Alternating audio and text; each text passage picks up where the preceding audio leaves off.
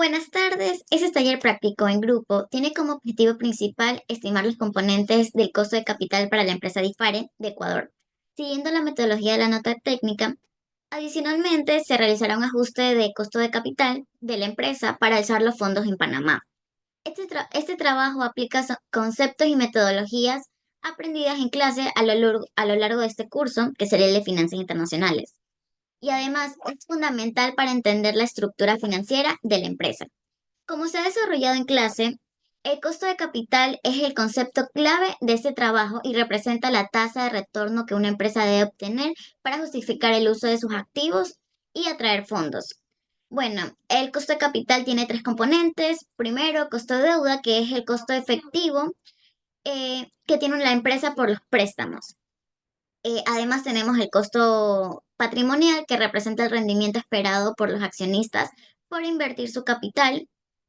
También tenemos el costo promedio ponderado, que sería el WACS, que es un promedio ponderado entre el costo de la deuda y el costo patrimonial, según la estructura capital de la empresa. Bueno, hablando un poco de la empresa, Difare es una destacada empresa ecuatoriana en el sector farmacéutico y de distribución. Fue fundada en 1984. Esta compañía ha crecido hasta convertirse en una de las líderes del mercado, con una amplia red de farmacias y un eficiente sistema de distribución. Las principales actividades que realiza son la distribución de productos farmacéuticos, la operación de cadenas de farmacias como Cruz Azul y Pharmacies, y la fabricación de medicamentos genéricos. De esta manera, la estimación del costo capital para DIFARE nos permite evaluar la eficiencia de la estructura financiera actual y nos proporciona una base para la toma de decisiones de inversión y financiamiento a futuro. Gracias. Vamos en la parte de desarrollo del proyecto. Básicamente, estos son las estados de situación financiera más recientes que encontré de IFARE. Podemos ver que tenemos los activos corrientes, total activos, total pasivos y total patrimonio, que son los valores que vamos a tomar en cuenta para poder terminar el proyecto. Y básicamente aquí está toda la información que investigamos para poder sacar el costo capital promedio ponderado. La deuda total, el patrimonio, el precio por acción, las acciones en circulación, la capitalización del mercado, que es la multiplicación del precio por las acciones, la deuda sobre la suma del patrimonio más la deuda, y el ratio de patrimonio sobre la deuda más patrimonio, que básicamente esto suma 100%. Aquí tenemos la información actualizada del Banco Central y de demora del 16 al 18 de agosto del 2024. Tenemos el riesgo país, la tasa activa de interés, y según demora tenemos el beta del mercado farmacéutico, que es 0,82, la prima por riesgo 5,25 y el impuesto, que eso lo sacamos de demora, es el impuesto que rige aquí en Ecuador. Luego tenemos la tasa libre de riesgo de los bonos del Tesoro de Estados Unidos al 3,89% a día de hoy, el rendimiento de mercado de este mercado farmacéutico 17,20, el más reciente que pudimos encontrar, y el MPR, que básicamente se lo calculó de esta forma. La tasa libre de riesgo más el beta por el rendimiento menos la tasa libre de riesgo. Y tenemos el MPR. Para sacar el coste de deuda, básicamente tenemos que multiplicar el impuesto la tasa de interés activa por uno menos el impuesto, que nos da un 8%. Básicamente, esta es la tasa a la que se va a endeudar la empresa por préstamos y así solicitudes de préstamos en general, que básicamente van a ser pasivos. Luego tenemos el costo de capital, que está en la fórmula, que es la tasa libre de riesgo más el beta, más la prima por riesgo, más el riesgo país, que nos da un valor de 19,33%, que básicamente el, este es el rendimiento que debemos darle a los inversionistas para mínimo para que quisieran invertir en el proyecto. Además, también tenemos el beta de deuda y el beta de capital, que lo sacamos mediante estas fórmulas, según el libro, que nos da un 0,30 y un 0,74, y también tres formas de desapalancar el beta, que también se sacaron del texto académico, del paper. Finalmente, tenemos el costo capital promedio ponderado, que básicamente es la ponderación del costo de deuda y el costo de capital, que básicamente es el ratio de la deuda por el costo de deuda por 1 menos t, que sería el costo de deuda después de impuestos, más el ratio del equity, que es el capital propio, por el costo de capital. Y eso nos da un 9,27%. Básicamente lo que nos dice es que este es el costo total de financiamiento de una empresa. Y este debe ser superado por el rendimiento de los proyectos que la empresa está invirtiendo. Y básicamente esto representa el costo mínimo de financiamiento que una empresa debe superar para crear un valor. Una vez especificado de dónde obtenemos todos los datos y que estos son actualizados, y también habiendo calculado demás variables que nos hacen falta para calcular el costo de capital, procedemos a calcular los tres componentes de costo de capital, los cuales son costo de deuda, costo de capital y costo capital promedio ponderado. Para el costo de deuda, también representado por K sub D, esto es calculado por I, que vendría a ser la tasa activa del 11,12, por 1 menos C, que es el impuesto del 25%, y eso nos calcula un costo de deuda del 8% en total. Para el costo de capital, también representado por K sub E, eso vendría a ser el valor resultante de aquí la tasa libre de riesgo de 3,89, más el beta del mercado farmacéutico 0,82, y la resta de aquí vendría a ser nuestro prima por riesgo del mercado, que es el EMRP de 0,148.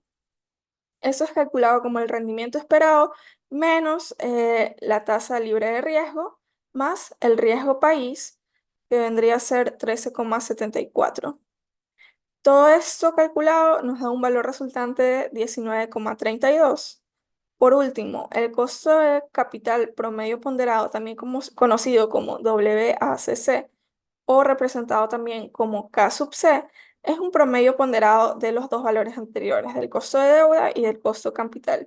Entonces, aquí la proporción de deuda, que también se calculó anteriormente, por el costo de deuda, menos aquí nuestra proporción, que vendría a ser 1 menos el impuesto, es decir, 1 menos 25 al 75%.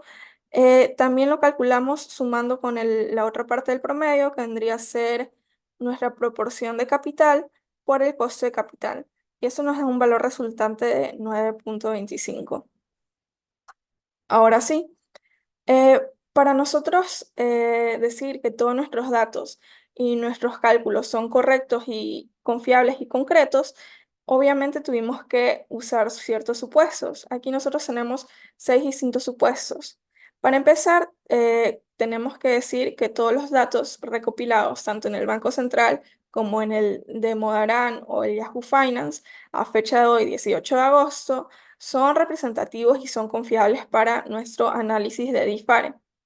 También, como segundo supuesto, tenemos que toda la información financiera que tenemos de IFARE, que es auditada por la auditoría externa de PwC, que en el 31 de diciembre del 2023, es decir, a finales del año pasado, siguen siendo relevantes para el mes de hoy, que vendría a ser agosto del 2024. Como tercer punto, que el cálculo de la prima por riesgo o EMRP del mercado, la fórmula utilizada es la que está en libros y esta sigue siendo apropiada también para el mercado ecuatoriano.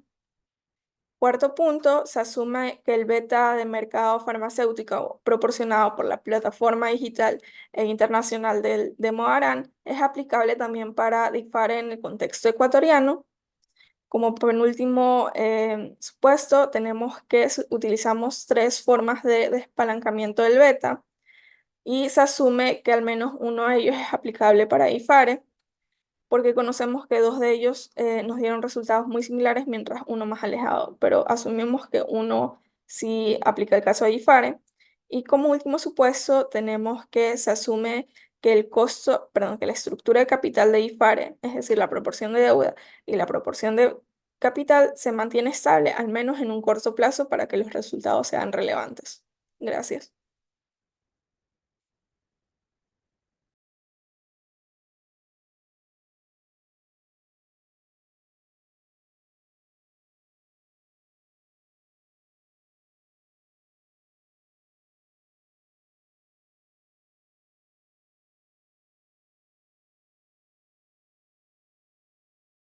En cuanto al costo de deuda, se determinó que DIFARE enfrenta un coste de deuda del 8%, que refleja el interés promedio de la empresa paga por sus financiamientos externos, como préstamos y bonos. En cuanto al costo patrimonial, el costo patrimonial calculado es del 19,32%, lo que representa el retorno de los accionistas que esperan recibir por su inversión. Este valor es mayor que el costo de la deuda, lo que indica que tiene un mayor riesgo percibido por los accionistas en comparación con los prestamistas. En cuanto al costo promedio ponderado de capital de DIFARE, se estimó en un 9,27%, lo cual este valor es esencial para evaluar la viabilidad y rentabilidad de nuevos proyectos de inversión, dado que el costo promedio ponderado es relativamente bajo. Entonces, DIFARE podría beneficiarse de un mayor apalancamiento financiero siempre y cuando maneje adecuadamente el riesgo adicional. Asimismo, en cuanto a las implicaciones financieras, vemos que el análisis sugiere que para crear valor para los accionistas, DIFARE debe buscar inversiones con un retorno superior al 9,27%. Además, la estructura de capital con una alta proporción de deuda podría ser ventajosa para la empresa, aunque conlleve un riesgo financiero significativo. Las limitaciones de análisis se convocan varias limitaciones. Tenemos como lo posible la imprecisión en la estimación del beta debido a la falta de datos específicos del mercado ecuatoriano y el uso de financieros, que podrían no reflejar completamente a la situación actual al 2024. Bueno, entonces, en resumen, tenemos que el análisis capital proporciona a DIFAR una herramienta crucial para tomar decisiones estratégicas de inversión y financiamiento, resaltando la importancia de tener cuidadosamente su estructura de capital y de buscar retornos que superan el costo promedio ponderado para mantener la viabilidad financiera a largo plazo. Muchas gracias.